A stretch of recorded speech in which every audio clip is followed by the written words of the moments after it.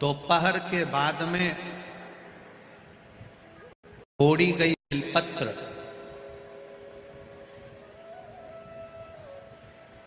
दोपहर के बाद अगर हम बेलपत्र को तोड़कर शंकर भगवान को समर्पित करते हैं तो शिव उसे स्वीकार नहीं करते। फूल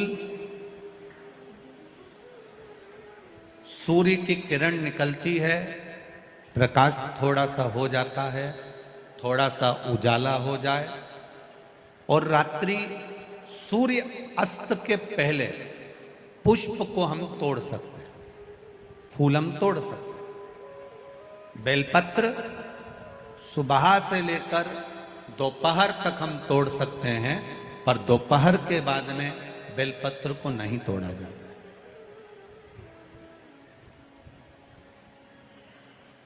चतुर्थी, अष्टमी, नवमी, द्वादशी, चतुर्दशी, अमावस्या, पूर्णिमा, संक्रांति, ये ऐसे पर्व हैं जिस दिन बेलपत्र को नहीं तोड़ा जाता। चतुर्थी, अष्टमी, नवमी, द्वादशी, चतुर्दशी, अमावस्या, पूर्णिमा, संक्रांति, ये वो पर्व है जिस पर बेलपत्र को नहीं तोड़ा जाता। पुरानी बेलपत्र 1 महीने पुरानी भी रखी है। पुरानी बेलपत्र मंदिर के बाहर भी अगर निर्माल्य में उतरी हुई बेलपत्र किसी डलिया में पड़ी है, बहुत सारी बेलपत्र अगर किसी ने ले जाकर निर्माल्य को कहीं ले जाकर पटक भी दिया है मंदिर के कोने में, वहां से बेलपत्र उठा लो, उसको धो लो, साफ कर लो, वापिस ले जाकर महादेव को चढ़ा दो, वो स्वीकार कर लो।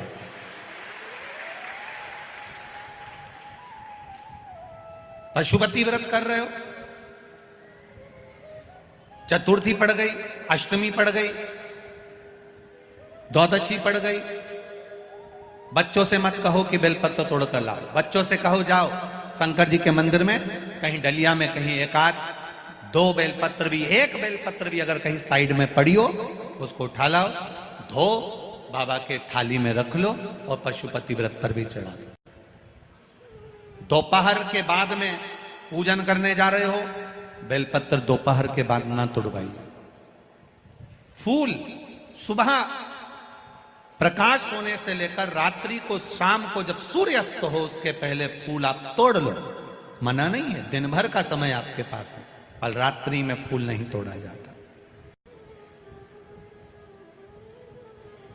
शंकर भगवान पर समर्पित कोई प्रसाद शिव जी को चढ़ाया गया, कोई प्रसाद रात भर नहीं रखना चाहिए।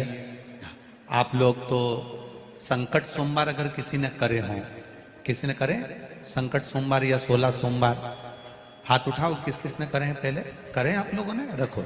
जो लोग 16 सोमवार करे हुए होते हैं, संकट सोमवार करे हुए होते हैं, उनको मालूम होता है, उनके स्मरण में रहता है कि संकट सोमवार का जो प्रसाद होता है उसको रात भर नहीं रखते। उसका कारण स्कंद पुराण में भी कहा गया,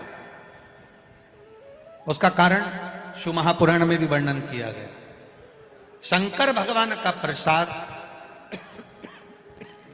शिव जी का प्रसाद, अगर जितना जितना अंधेरा बढ़ते चले जाता है, जितना जितना रात्रि होती चली जाती है और दूसरा दिन अगर लग जाता है, तो उस प्रसाद पर आपका हक नहीं रहता, उस प्रसाद पर फिर चंड का हक हो जाता, फिर उनके गणों का हक हो जाता है, फिर आपका हक समाप्त।